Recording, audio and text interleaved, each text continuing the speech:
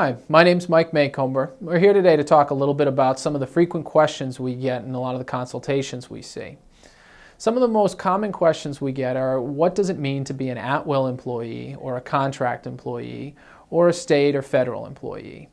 There's very important distinctions between each type of employee classification, and knowing what those distinctions are can be very important into figuring out what your rights are. At-will employees form the majority of employees in the state of New York. An at-will employee is any employee that basically is not a state, federal, contract, or union employee.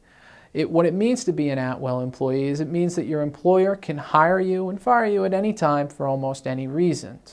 The exceptions to that are those prohibited by law, the discriminatory reasons based on race, gender, national origin, disability, and a handful of others.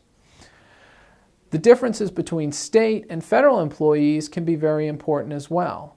State and federal employees have a lot more protection than your normal at-will employee, and a state and federal employer cannot just hire and fire an employee for any reason. Now, it's important to distinguish between state employees and federal employees. State employees typically work for the New York State government in one of its various departments or agencies, whereas federal employees work for the United States government and its myriad of federal agencies.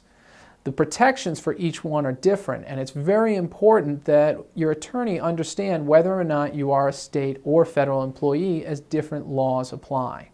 Another important distinction is employees that are subject to a union or a collective bargaining agreement. Collective bargaining agreements and unions have additional protections in addition to those given to at-will employees. There is a lot of rights and privileges that are not granted to other individuals, and there are additional protections as well. It's very important to review your bargaining agreement to know what your different rights and obligations are. There's different grievance procedures, disciplinary procedures, as well as vacation and seniority rights that are not included in other employment situations. Lastly, there are also contract employees.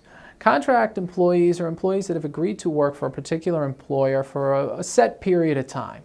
I agree to work for ABC Corporation for 2 years. The rights guaranteed to a contract employee are governed by the contract that they sign.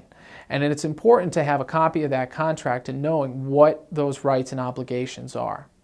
It's important for an attorney to understand exactly what type of employee you are to best advise you as to what your rights and responsibilities are going forward. If you have any questions as to where you fall in, or if there's a question as to whether or not you're at will or a union employee, feel free to give us a call.